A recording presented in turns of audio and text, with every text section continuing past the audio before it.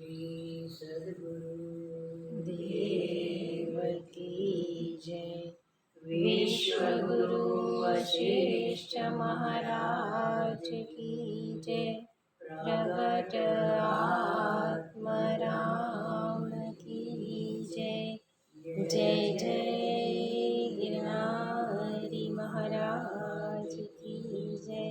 जय जय गिरनारी महाराज की जय। जय जय गिरनारी महाराज की जय। श्री सद्गुरु देव की जय। ओम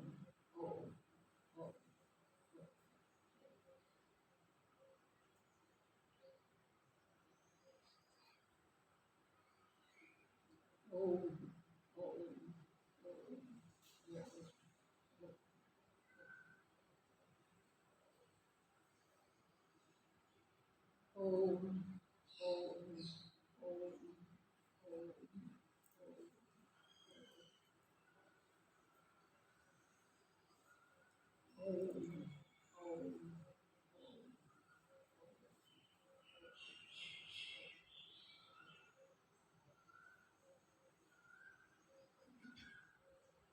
मन के भ्रमण से इस संसार ब्रह्म भासित होता है। वशिष्ठ महाराज के इस वचनों के सुनने के अनंतर श्री राम कहते हैं कि प्रभु, ये जो आप कह रहे हैं कि मन से ही संसार ब्रह्म होता है, तो वो दृष्टांत के साथ हम समझाइए और दृष्टांत के साथ अच्छे से वो क्लियर होता है। तब वशिष्ठ महाराज भृगु पुत्र शुक्र का जन्मों तक भटकना जो हुआ, उस दृष्टांत को विगत से कह रहे हैं। जो हम देख रहे थे कि भृगु जी समाधि में बैठे थे, 1 वर्ष की निर्विकल्प समाधि, वहां उनकी सेवा में शुक्र जी थे। वो भृगु जी का ऐसे समाधिस्थ होने का देख के एक वृक्ष के नीचे जाकर बैठना हुआ। मंदार और कल्प वृक्ष के पुष्पों की माला गले में धारण की हुई थी। उसके लिए वशिष्ठ महाराज ने बहुत अच्छा कहा है कि न वो प्रबुद्ध थे न अप्रबुद्ध थे, ज्ञानी भी नहीं थे और अज्ञानी भी नहीं थे, बीच की स्थिति उनकी थी। शांति से बैठे थे और आकाश की ओर देख रहे थे। वहां आकाश से एक अप्सरा को जाती हुई देखी, बहुत सुंदर थी। अच्छे से श्रृंगार करके, सुंदर वस्त्र पहन के वो जा रहे थे। उसके तन से आती हुई सुगंध वहां के सारे एटमॉस्फेयर को सुगंधित कर रही थी। उनको देख के शुक्र का मन उसके साथ जुड़ गया। ऐसा जुड़ा कि वो मन से निकलकर उसके पीछे पीछे स्वर्ग में पहुंचा।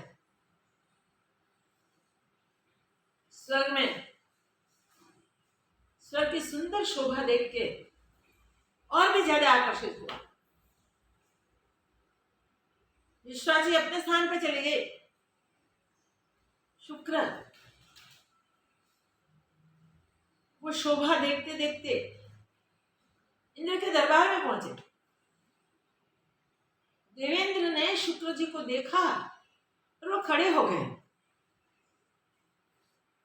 हाथ जोड़ के स्वागत किया। इस स्वागत का कारण क्या था? वो भृगु ऋषि के पुत्र थे, ब्रह्मज्ञानी के पुत्र थे, महाज्ञानी के पुत्र थे, इसलिए इतना भव्य स्वागत उनका वहां स्वर्ग में हुआ। ब्रह्मज्ञानी के पुत्र थे, ब्रह्मज्ञानी के शिष्य थे और ब्रह्मज्ञानी की टहल में रुके हुए थे, इसलिए बहुत पुण्य का उदय भी हुआ था। इंद्र ने स्वागत किया, देखा वहां ऐरावत हाथी खड़ा है, अनेक देवता उपस्थित हैं, अप्सरा आदि के गण समूह हैं, और स्वर्ग को देखते देखते स्वर्ग के सुंदर बाग बगीचे वन आदि सुंदर शोभा देखते देखते पहुंचे थे। फिर भी उनका मन जुड़ा था वो अप्सरा के पीछे, इसलिए थे वहां इंद्र के पास, ध्यान था वाह। इंद्र ने अपने पास बैठाया,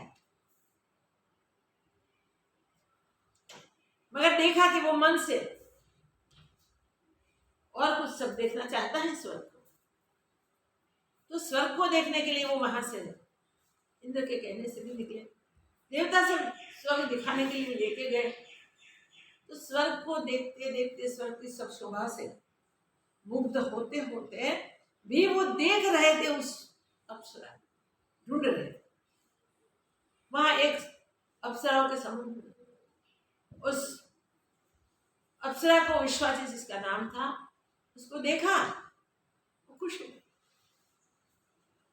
विश्वाची ने भी शुक्र को देखा, वहां दोनों का मिलना हुआ। शुक्र ने अपने संकल्प से वहां कम अंधकार कर दिया। कहीं समय तक शुक्र और विश्वाची घूमते रहे, घूमते रहे, घूमते रहे।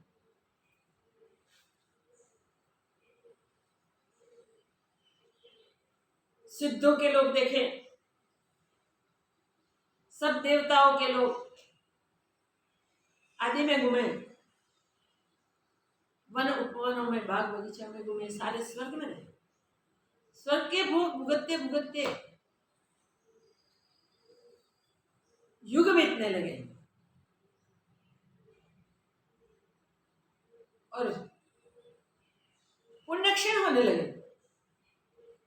स्वर्ग में जिसका भी वास होता है वो अपने पुण्यों से ही होता है, और जितने समय के पुण्य होते हैं स्वर्ग सुख भुगतने के लिए, इतने समय के लिए वो वहां रह सकते हैं। उन्होंने देखा, शुक्र ने, कि कहीं पुण्यवानों के समूह वहां अपने पुण्य के फल रूप सुख भुगत रहे थे, वो भी अपने पुण्य के अनुसार सुख भुगतता भुगतता।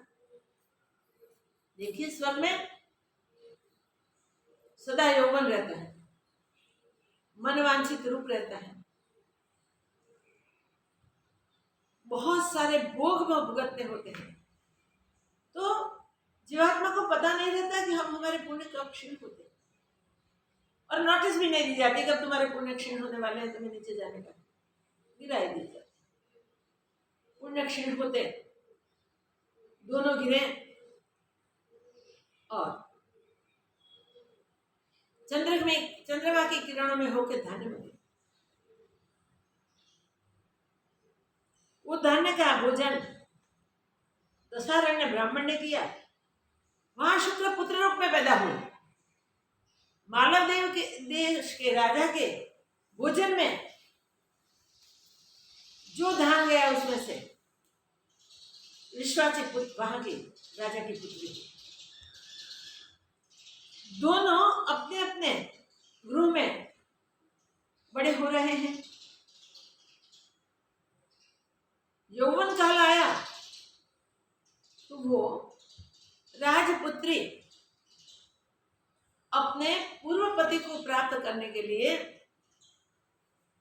भगवान की पूजा अर्चना और प्रार्थना करती हैं।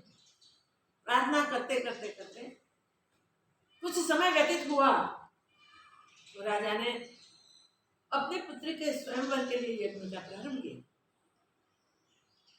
सब राजा और ब्राह्मणों को आमंत्रित किए। मालव देश का वो राजा सुप्रव्रत था, सात्विक था, धर्म रक्षक प्रजापालक था। उनके वहां बहुत सारे राजा और ब्राह्मण उपस्थित हुए। दशहरा ब्राह्मण अपने पुत्र के साथ वहां आया। उस स्वयंवर में विश्वासी ने ये ब्राह्मण पुत्र आदि शुक्र उसको देखा। शुक्र ने विश्वासी को देखा। परस्पर उसकी पहचान अंतर से हो गई। उस राजपुत्र ने आके शुक्र के गले में वो माला पहना दी। ब्राह्मण पुत्र को पसंद किया। राजा प्रसन्न हुए। विवाह करके अपना राजपाट सब पुत्री और दामाद को देके वो वन में तप के लिए चले गए।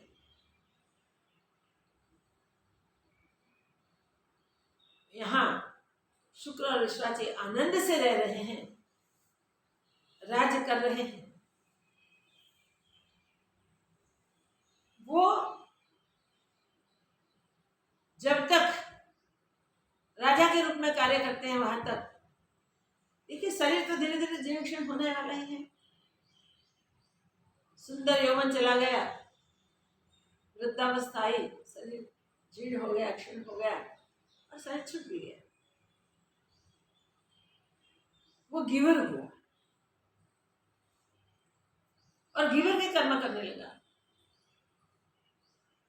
फिर राजा हुआ, फिर मृग हुआ। मगर जैसे जैसे उनकी वासना रहती थी उस प्रकार के उनके शरीर मिलते थे। वो फिर भी राजा हुआ।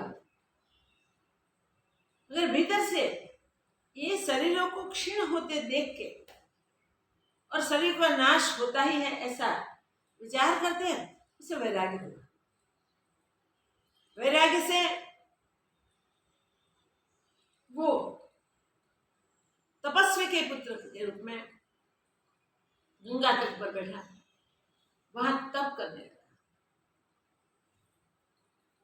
उनका वहां गंगा तट पे कई जन्मों के बाद ब्राह्मण चांस मिला था, ब्राह्मण शरीर मिला था और तप के लिए भावना जगी थी, इसलिए तप करता था। तब भृगु ऋषि की समाधि खुली और भृगु जी की समाधि खुलने के कारण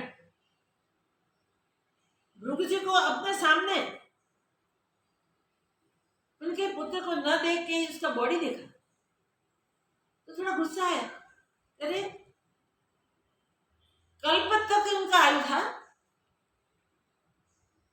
शुक्र इस प्रकार मरने वाला नहीं था, उसकी आयु इतनी दीर्घ थी। अगर यमराज ने अकाल उसे मारा है, इसलिए अकाल ये योग्य नहीं किया। ये शरीर सूख गया था, मांस आदि कुछ रहा नहीं था, हड्डियां और चमड़ी ही थी सिर्फ।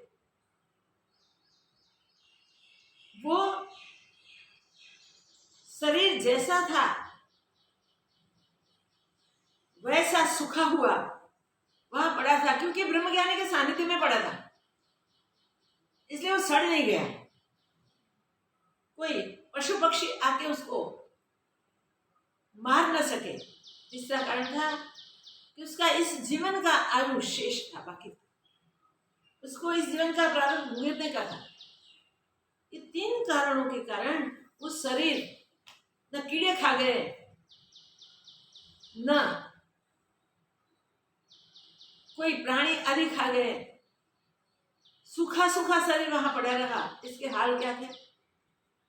जब बारिश होवे पानी आवे तो उसके छिद्रों से आंख कान नाक आदि छिद्रों से वो पानी अंदर भर जाए और पानी बाहर बहने लगे। जब सर्दियां गर्मियां आवे तब धीरे धीरे करके वो फिर सूख जाए। उसके मुंह खुल गया था, दांत दिख रहे थे, लगता है जैसे वो अपनी दशा पे हंस रहा है। लोगों को ये देख के बहुत गुस्सा आया काल पे, और काल का आह्वान किया उन्होंने क्रोध से। क्रोध करके काल को बुलाया। काल मूर्ति धारण करके इस प्रत्यक्ष आगे हाजिर हुए और जो संवाद हुआ वो संवाद अब हम देखेंगे। तो काल और भृगु का संवाद हो रहा है। ये शरीर की दशा को देख के हंसते हैं। मानो शुक्र शरीर की दशा देख के हंस रहा है, ऐसे उसके शरीर के हाल थे। और शरीर की यह दशा देख के भृगु जी उठ खड़े हुए और क्रोधवान हुए। क्रोधवान होकर कहने लगे कि काल ने क्या समझा जो मेरे पुत्र को मारा। काल ने क्या समझा कि जो मेरे पुत्र को मारा। शुक्र परम तपस्वी और सृष्टि पर्यंत रहने वाला था। शुक्र तो परम तपस्वी थे और सृष्टि रहे तब तक रहने वाला था।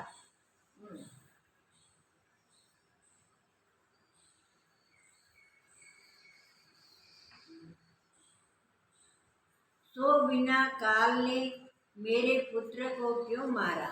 समय आए बिना काल ने मेरे पुत्र को क्यों मारा।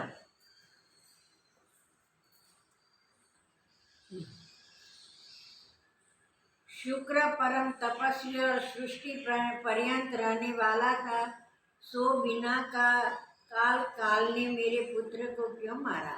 यह कौन रीति है। मैं काल को शाप देकर भस्म करूंगा। काल को मैं शाप दूंगा और भस्म कर दूंगा। तब महाकाल का रूप काल अद्भुत शरीर धर कर आया। उसके षटमुख षटभुजा। काल ने अद्भुत स्वरूप धारण किया। षटमुख षटभुजा, हाथ में खड्ग, त्रिशूल और फांसी वगैरह, और कानों में मोती पहने हुए, मुख में ज्वाला मोती पहने थे, मुख में से ज्वाला निकलती थी, लपटें निकलती थी ज्वाला की। महाश्याम शरीर, अग्निवत जिह्वा और त्रिशूल के उनका महाश्याम शरीर था। त्रिशूल के अग्र से अग्नि की लपेट निकलती थी। हाथ में त्रिशूल था जिससे अग्नि की लपटें निकलती थी। जैसे प्रलय काल की अग्नि से धूम निकलता है, तैसे ही उसका श्याम शरीर और बड़े पहाड़ की नाई। काल का श्याम शरीर था, बड़े पहाड़ के जैसा उग्र रूप धारण करके वो आए थे। और जहाँ वह चरण रखता था वहाँ पृथ्वी और पहाड़ कांपने लगते थे। काल जहाँ भी चरण रखता था वहाँ पृथ्वी पहाड़ सब कांपने लगते थे। निदान भृगु जी महाप्रलय के समुद्र वत क्रोध से पूर्ण थे। भृगु जी भी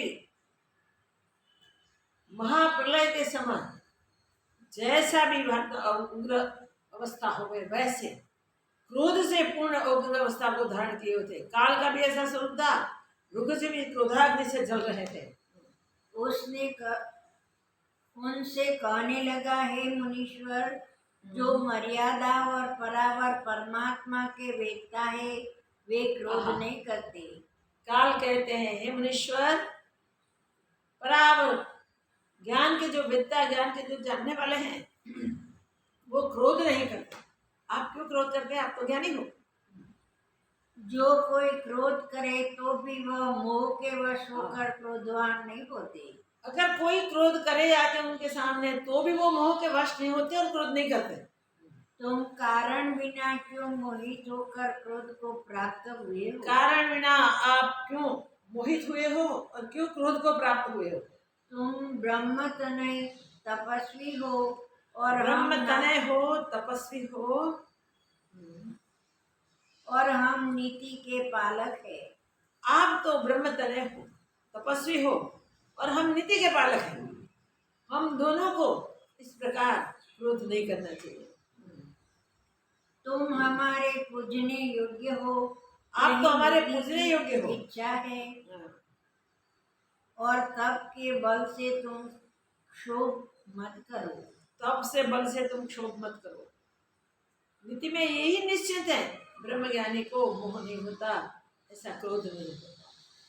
तुम्हारे शाप से मैं भस्म भी नहीं होता। और वो भी बात है कि आप शाप देंगे तो भी मैं भस्म नहीं होऊंगा। प्रलय काल की अग्नि भी मुझको दग्ध नहीं कर सकती। प्रलय काल की अग्नि भी मुझे जला नहीं सकती, दग्ध नहीं कर सकती। तो तुम्हारे शाप से मैं कब भस्म हो सकता हूँ? तो आपके शाप से मैं कैसे भस्म हो सकता हूँ? हे मुनीश्वर, मैं तो अनेक ब्रह्मांड को भक्षण कर गया हूँ। हे मुनीश्वर, मैं तो अनंत ब्रह्मांडों को खा गया हूँ। कई ब्रह्मांडों का भक्षण मैंने कर लिया है। और कहीं कोटि ब्रह्मा विष्णु और रुद्र मैंने ग्रास किए कई हैं। करोड़ों ब्रह्मा विष्णु रुद्र आदि को मैंने ग्रास किए हैं, सब मेरे मुख में प्रवेश कर गए हैं। तुम्हारा शाप मुझको क्या कर सकता है? तुम्हारा शाप मुझे कुछ नहीं कर पाएगा। क्या कर सकता है आपका शाप मुझे? जैसे आदि नीति ईश्वर ने रची है, तैसे ही स्थित है। आदि नीति जैसे ईश्वर ने बनाई है, वैसे ही वैसे स्थित है। हम सबके भोक्ता हुए हैं, और नीति में हम तुमसे सबके ऋषि भोक्ता हमारे हुए हैं। बहुत से ऋषि भी हमारे ग्रास बन चुके भोग हुए हैं। हैं। यही आदि नीति है। हे मुनीश्वर, अग्नि स्वभाव से ऊर्ध्व को जाता है, हे मुनीश्वर, और जल अग्नि का स्वभाव है, स्वभाव से ऊर्ध्व ही जाता है, और जल स्वभाव से नीचे ही जाता है। और जल स्वभाव से अधः को जाता है।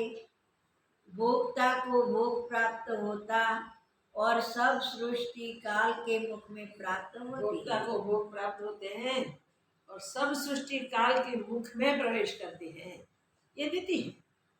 आदि परमात्मा की नीति ऐसे ही हुई है, और जैसे रची है तैसे ही स्थित है। आदि परमात्मा की नीति ऐसी ही है, जैसी बनाई है वैसी ही स्थित है। पर जो निष्कलंक ज्ञान दृष्टि से देखे, तो न कोई करता है न कोई भोगता है। निष्कलंक ज्ञान दृष्टि से देखिए तो न कोई करता है न कोई भोगता है। न कारण है न कार्य है। न कारण है न कार्य है। एक अद्वैत सत्ता ही है।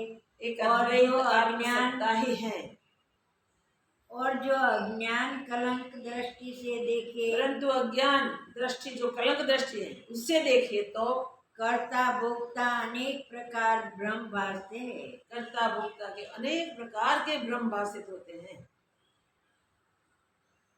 ज्ञान दृष्टि ये में ब्राह्मण अद्वैत ब्रह्म ही है। अज्ञान दृष्टि में कर्ता भोक्ता आदि कई कलंक भाषित होते हैं। हे ब्राह्मण, कर्ता भोक्ता आदि भ्रम असम्यक ज्ञान से होता है। असम्यक ज्ञान होने के कारण कर्ता भोक्ता बुद्धि होती है।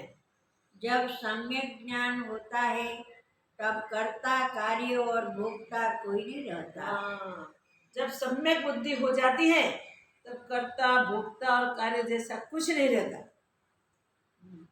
जैसे वृक्ष में पुष्प स्वभाव से उपज आते हैं और स्वभाव से ही नष्ट हो जाते हैं, तैसे ही भूत प्राणी सृष्टि में स्वाभाविक फूल आते हैं और फिर स्वाभाविक भूत प्राणी आदि नष्ट हो जाते, स्वाभाविक ही उत्पन्न होते हैं और स्वाभाविक ही नष्ट होते हैं। जैसे वृक्ष में पुष्प स्वाभाविक खिलते हैं और स्वाभाविक नष्ट होते हैं। ब्रह्मा उत्पन्न करता है और नष्ट भी करता है। जैसे चंद्रमा का प्रतिबिंब जल के हिलने से हिलता भासता है, और ठहरने से ठहर जाता है तो उसमें जो प्रतिबिंब है वो स्थिर दिखता है, और जल हिलता है तो प्रतिबिंब हिलता भासित होता है। तैसे ही मन के पुरने से आत्मा में कर्तव्य इस प्रकार भोक्तव्य भासता है। मन के स्फुरण से ही आत्मा में कर्तव्य भोक्तव्य भाषित होता है। वास्तव में कुछ नहीं, सब वास्तव में मिथ्या न है। कर्तव्य है न भोक्तव्य है, सब मिथ्या ही है। जैसे रस्सी में सर्प भ्रम से भासता है, तैसे ही आत्मा में कर्तव्य भोक्तव्य भ्रम से भासता है। सर्प रस्सी में दिखता हो तो जो भ्रांति के सिवा और कुछ नहीं, सर्प कुछ बना ही नहीं, रस्सी ही है। वैसे ही कर्तृत्व भोक्तृत्व सिर्फ भ्रांति से ही भाषित होते हैं। इससे क्रोध मत करो, यह दुष्ट कर्म आपदा का कारण है। इसलिए आप क्रोध मत करो, ये दुष्ट कर्म है और आपत्ति देने वाला है, आपदा का कारण बनता है क्रोध करना, इसलिए क्रोध न करो। हे मुनीश्वर, मैं तुमको यह वचन अपनी विभूति और अभिमान से नहीं कहता। ये वचन आपको मैं अपनी विभूति के कारण नहीं, अभिमान के कारण नहीं कहता। यह स्वतः ईश्वर की नीति ये है ईश्वर की जो नीति है, जो स्वतः ईश्वर की नीति, वही मैं कहता हूँ। और हम उसमें स्थित है। हम उस नीति में स्थित हैं। जो बोधवान पुरुष है वे अपने प्राकृत आचार में विचरते हैं और अभिमान नहीं करते। बोधवान पुरुष कभी भी अभिमान नहीं करते, वो अपने प्राकृत आचार में ही विचरते हैं। प्राकृत आचार जो स्वाभाविक सामने आता है वो उनसे होता है, इसमें कर्ता बुद्धि भोक्ता बुद्धि नहीं होती। जो कर्तव्य के वेत्ता है वे बाहर से प्राकृत आचार करते हैं और कर्तव्य हृदय को में जानने वाले जो हैं वो बाहर से इंद्रियों से प्राकृत आचार करते हैं, मगर हृदय में सुषुप्ति की नाय स्थित रहते हृदय हैं। में सुषुप्ति की नाय स्थित है। जैसे गाढ़ निद्रा में हम सो जाते हैं तब हमें कोई दृश्य नहीं दिखता, ऐसे ज्ञानी पुरुष बाहर व्यवहार करते हैं मगर हृदय से वो अकर्ता अभोक्ता होते हैं, सस्वरूप में ही वो स्थित होते हैं। वह ज्ञान दृष्टि, धैर्य और उदार दृष्टि कहाँ गई?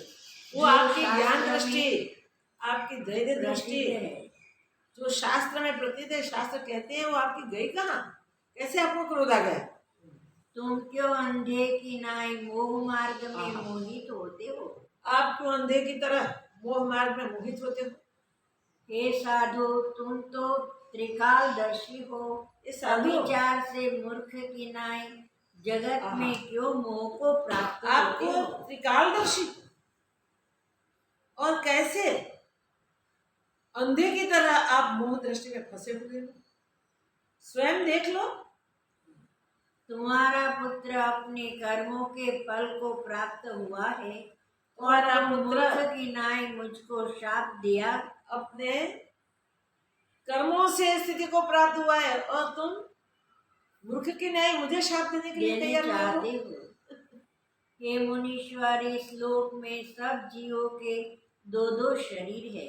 याद रखिए, एक मन रूप और दूसरा आदि भौतिक। हे मुनीश्वर, सब जीवों के दो दो शरीर है, एक आदि भौतिक पंचभूतात्मक शरीर और दूसरा मन रूप शरीर।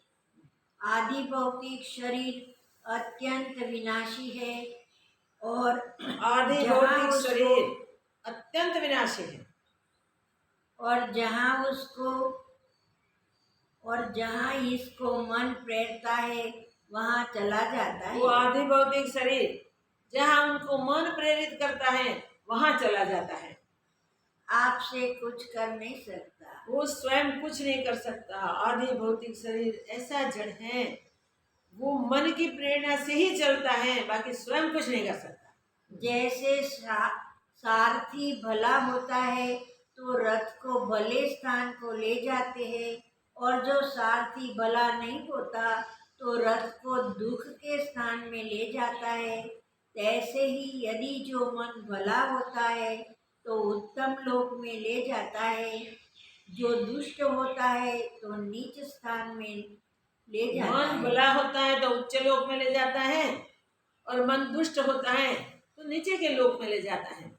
जैसे सारथी अच्छा होवे भला होवे तो रथ को उत्तम जगह पे पहुंचा देता है और सारथी भला न होवे तो अधम स्थान पे पहुंचा देता है। जिसको मन असत करता है सो असत पासता है और जिसका मन मन को सत जो असत करता दिखाता है है वह सत भासता है। तो असत उसे भाषित होता है, मन सत करता है तो सत भाषित होता है। जैसे मिट्टी की सेना बालक बनाते और फिर भंग करते, कभी सत करते कभी असत करते, और ये जैसे करते हैं तैसे ही देखते हैं।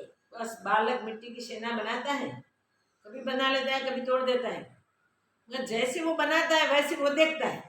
बालक बुद्धि ऐसी ही है, मिट्टी की सेना बना के मिट्टी की सेना के नाम रख लेता है। किसी को राजा कहता है, किसी को प्रधान कहता है, किसी को मंत्री कहता है, किसी को सिपाही कहता है, किसी को घोड़े हस्ती बना देता है, तो अस्त्र शस्त्र बना देता है।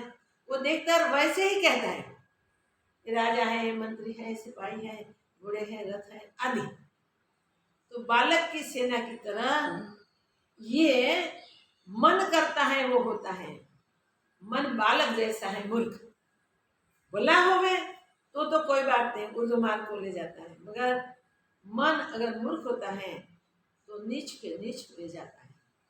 तैसे ही मन की कल्पना है।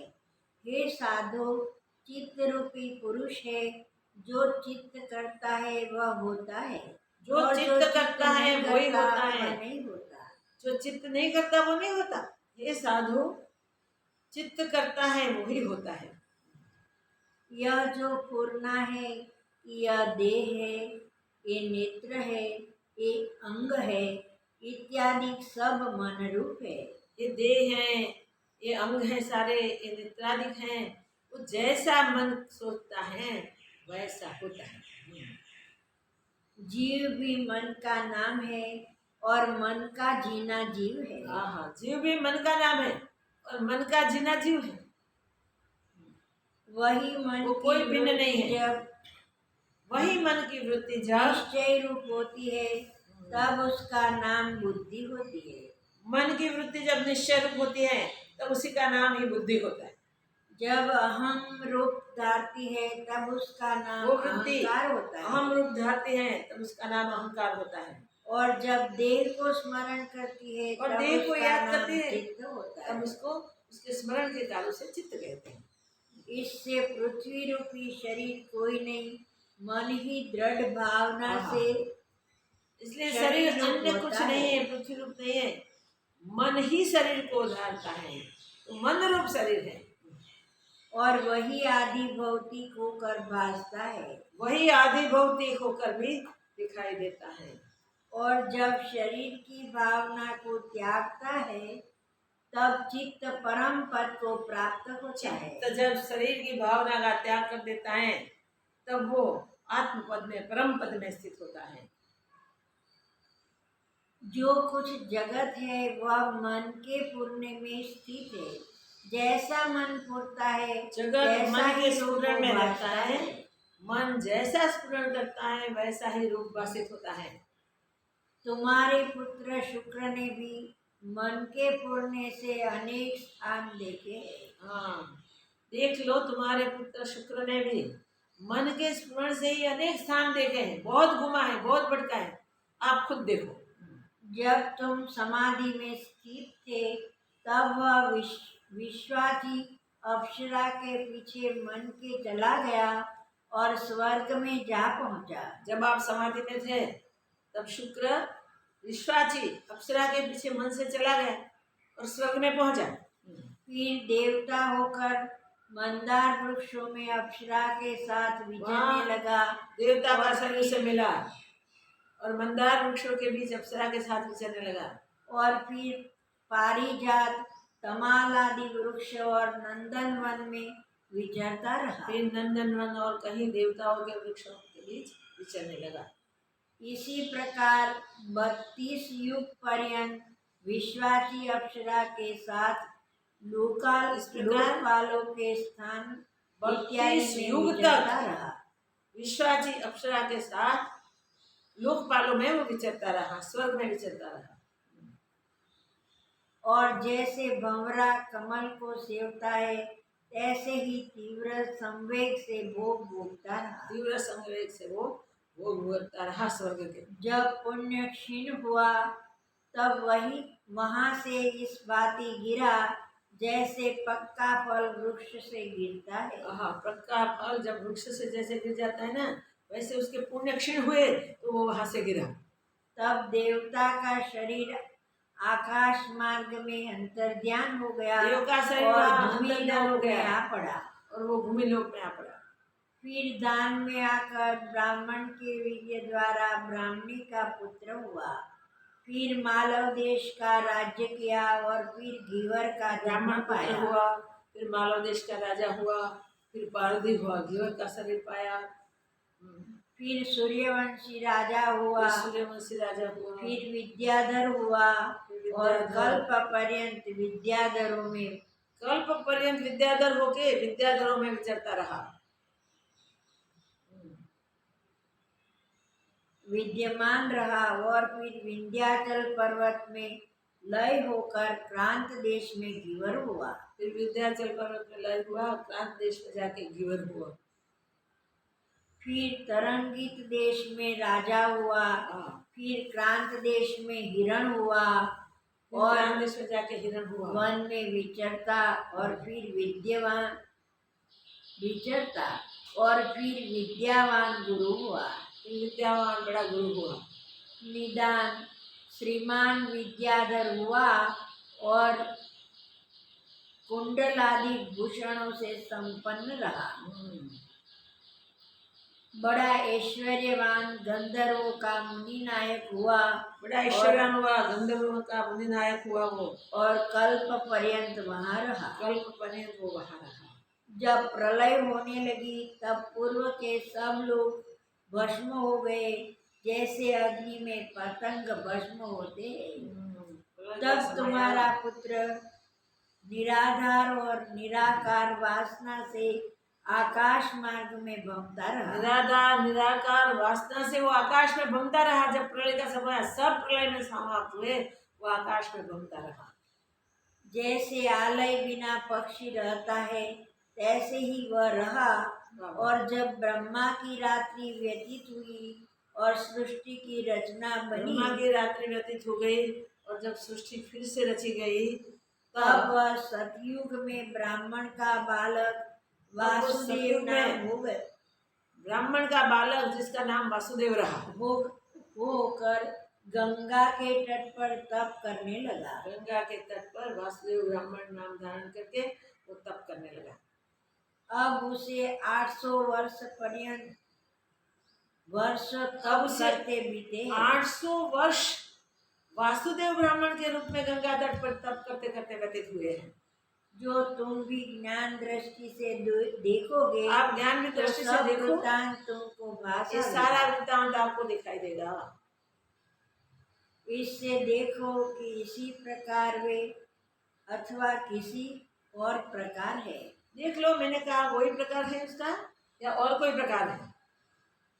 काल बोले, हे मुनीश्वर, ऐसी गंगा के तट पर जिसमें महातरंग उछलते हैं और शब्द ऐसे गंगा के तट पे झनकार शब्द होते हैं, वहाँ वो तरंग उछलने से झनकार शब्द भी हो रहे हैं। वहाँ तुम्हारा पुत्र तप करता है। वहाँ बैठ के तुम्हारा पुत्र तप कर रहा है। शीर पर उसके बड़ी जटा है और सर्व इंद्रियों को उसने जीत लिया है। उन्हें सर्व इंद्रियों को जीत लिया है और शीर पे बड़ी जटा धारण की हुई है। जो तुमको उसके मन के विस्तार देखने की इच्छा है तो इन नेत्रों को मुंद कर ज्ञान के नेत्रों से देखो। उनकी स्थिति तुम्हें देखनी है तो चर्म चक्षु को बंद कर दो और ज्ञान नेत्रों से उसकी स्थिति देख लो। हे राम जी, जब इस प्रकार जगत के ईश्वर काल ने जिसकी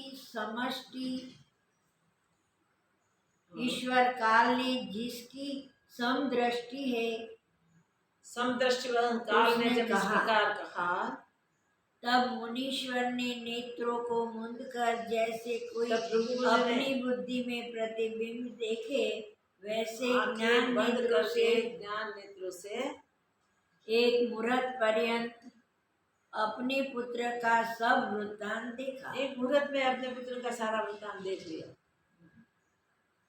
और फिर मंद्राचल पर्वत पर जो भृगु शरीर पड़ा था, फिर भृगु शरीर जो उनके अपने सामने ही मंदराचल पर्वत पर पड़ा था, उसमें प्रवेश कर अंतभाग शरीर से अपने अग्रभाग में काल भगवान को देखकर पुत्र को गंगा के तट पर देखा। आहा। देखो उसे अंतभाग शरीर से वहां प्रवेश करके अब काल भगवान के समक्ष वो अपने पुत्र को गंगा तट पर देख लिया। यह दशा देख वह आश्चर्य को प्राप्त हुआ ये सब देख के भृगु ऋषि आश्चर्य को प्राप्त हुए और विकार दृष्टि को त्याग कर निर्मल भाव से जो वचन क्रोध कहे, दृष्टि थी वो उनकी छूट गई और निर्मल भाव को प्राप्त हे भगवान, तीनों काल के ज्ञाता ईश्वर, कहने हम लगे, बालक है, हे भगवान आपके सामने हम बालक हैं, आप तो तीनों काल के ज्ञाता हैं, इसी से निर्दोष है। इसलिए निर्दोष है। हम बालक है आपके सामने इसलिए निर्दोष है। तुम सरीखे बुद्धिमान और तीन काल अमलदर्शी है। आहा। हे भगवान, आप ईश्वर तो तीन की काल के माया महा अमलदर्शी आश्चर्य रूप है, ईश्वर की माया महा आश्चर्य रूप है भगवान, जो जीवों को अनेक भ्रम दिखाती ये है माया जीवों को अनंत भ्रम दिखाती है, बहुत भ्रांति में भटकाती है और बुद्धिमान को भी मोह करती है। वो बुद्धिमान को भी मोह कराती है। तो मूर्खों की तो बात ही क्या। मूर्खों की तो बात कैसे, हम सरीखे ऐसे मोह को प्राप्त हो गए तो अन्य की तो बात ही क्या करने। तुम सब कुछ जानते हो, जीवों की सब वार्ता तुम्हारे अंतर्गत है। तुम सब कुछ जानते हो, सब जीवों की वार्ता जो भी है वो आपके अंतर में है ही, आपके अंतर्गत रहती है सब। जैसी जीवों के मन की वृत्ति होती है उसके अनुसार वे भ्रमते हैं। बस मन की वृत्ति जैसी जीव की रहती है वैसे जीव भ्रमते रहते हैं। सब जीवों की यही दशा है, वह मन की वृत्ति के अनुसार ही वो भ्रमते हैं। वह मन की वृत्ति सब तुम्हारे अंतर्गत होती है। जैसे इंद्रजाली अपनी बाजी का वेत्ता होता है, तैसे ही तुम इन सबके वेत्ता हो। इस सब को आप जानने वाले हैं। जैसे इंद्रजाली जाली जो बाजी रखता है उसको जानने वाला वही होता है, वो जानता ही है कि उसने क्या कहा है, क्या रचना की है। वैसे आप ये काल की सारी स्थिति जानते ही सब जीवों के अंतर्गत जो स्थिति है वो आपके अंतर्गत है, आप उन सब को जानते हो। हे भगवान, मैंने भ्रम को प्राप्त होकर क्रोध इस कारण से किया कि मेरे पुत्र की मृत्यु न थी, वह चिरंजीवी था और उसको मैं मृतक हुआ देख के भ्रम को प्राप्त हुआ। मुझे भ्रम इसलिए हुआ कि मेरा पुत्र चिरंजीवी था, फिर भी मैंने उसको मृतक देखा, इसलिए मैं क्रोध को प्राप्त हुआ। हमारा क्रोध आपदा का कारण नहीं था। हमारा क्रोध कोई आपदा का कारण नहीं था, कोई आपत्ति से हमें क्रोध नहीं हुआ था। क्योंकि जब मैंने पुत्र का शरीर निर्जीव देखा तब कहा कि अकारण मृत्यु हुआ, इस कारण क्रोध हुआ। अकारण मेरे पुत्र का मृत्यु देख के मुझे क्रोध हुआ। क्रोध भी नीति रूप है, अर्थात जो क्रोध का स्थान हो वहाँ क्रोध चाहिए। क्रोध भी नीति रूप है, जहाँ क्रोध की जरूरत है वहाँ क्रोध भी चाहिए। मैंने विचार के क्रोध नहीं किया है, मैंने विचार करके क्रोध नहीं किया है। अर्थात पुत्र की अवस्था देख के क्रोध किया, निर्जीव शरीर को देख के क्रोध किया, इसी से यह क्रोध आपदा का कारण नहीं। चिरंजीव पुत्र का मृत्यु देख के, वो अकाल मृत्यु देख के मैंने क्रोध किया, तो वो कोई आपदा का कारण नहीं है। कोई किसी को दुख नहीं देगा, किसी को कष्ट नहीं पहुंचाएगा वो क्रोध। अयुक्ति कारण से जो क्रोध होता वह आपदा का कारण है। हाँ, अयुक्ति कारण से जो क्रोध होता है वो आपत्ति देता है, आपत्ति का कारण बनता है।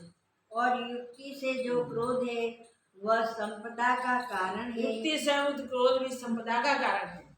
यह कर्तव्य संसार की सत्ता में स्थित है। ये कर्तव्य संसार की सत्ता में स्थित है। संसार में पुत्र को अकाल मृत्यु देख के क्रोध होवे वो स्वाभाविक है।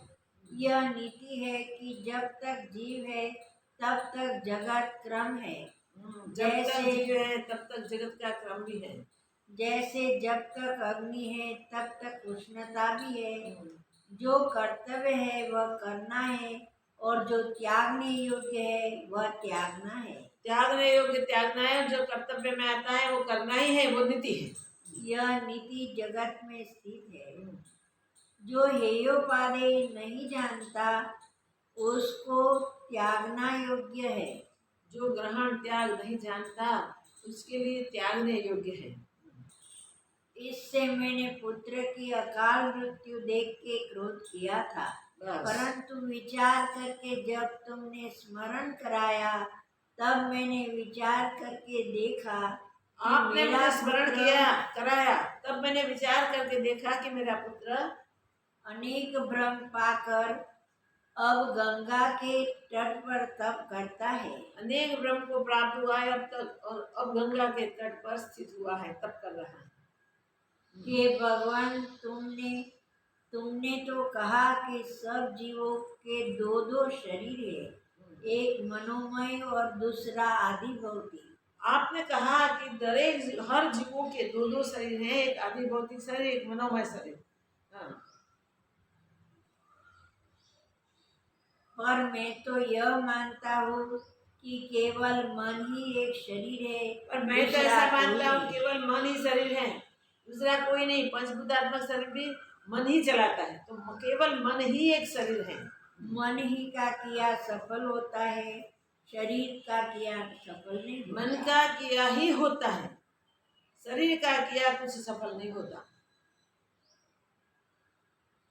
काल बोले, हे मुनीश्वर, तुमने यथार्थ कहा, शरीर एक मन ही है। काल जैसे भगवान कहते हैं कि तुमने यथार्थ कहा, शरीर मन ही शरीर है। जैसे घट को कुलाल रचता है तैसे ही मन भी देह को रचता है।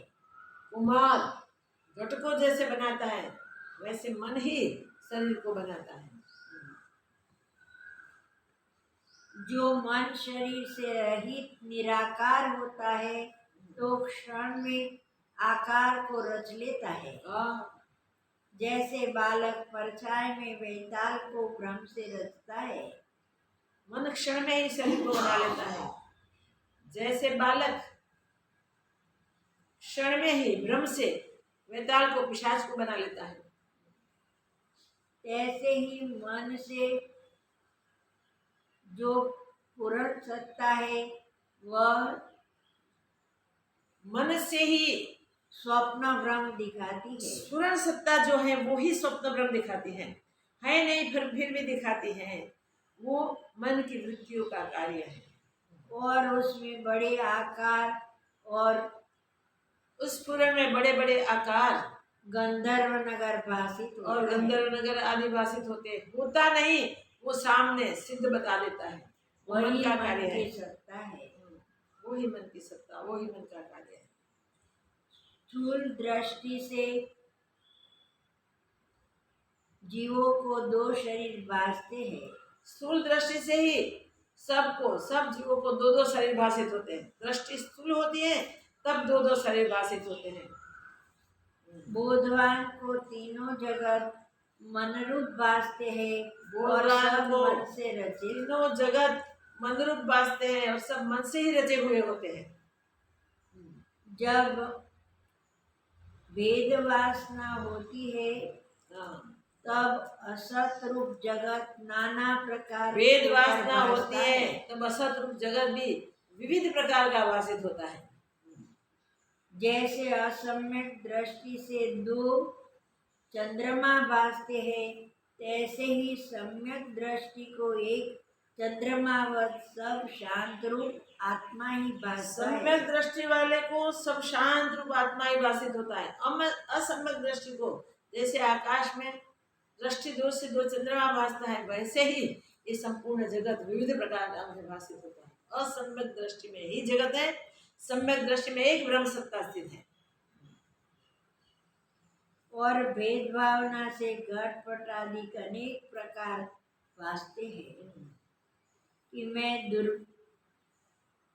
दुर्बल हूँ, न मोटा वह मोटा हो, सुखी हो, वह दुखी हो, वह जगत है, यह काल है, इत्यादि जो संसार वासना मात्र है। भिन्न भिन्न जो भी भाषित होता है वो वासना मात्र है। पूरा संसार वासना मात्र है, वासना के सिवा और कुछ नहीं है। जब मन शरीर की वासना को त्याग कर परमार्थ की ओर आता है, और मन जब तब शरीर ब्रह्म की को नहीं प्राप्त होता। वासना छोड़ता है और परमार्थ की ओर आता है, तब वो ब्रह्म को प्राप्त नहीं होता, तब उसको भ्रांति कोई नहीं होती।